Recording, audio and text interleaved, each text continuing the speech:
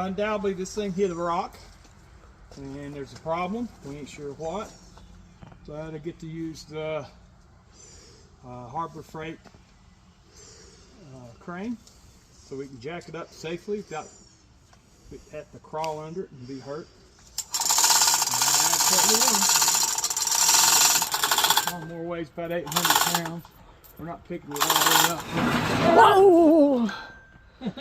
Change of plan there. Yeah. You about to give me another heart attack. Well, I got a block here. Scared me to death. Yeah. Probably need a couple 2x4s there, tell you. Yeah, you better put something under there. The spindle that holds the blade. Yeah. On the right side. Hit a big rock, so we're gonna have to go get that thing fixed. Let's get some of that nasty shit off there.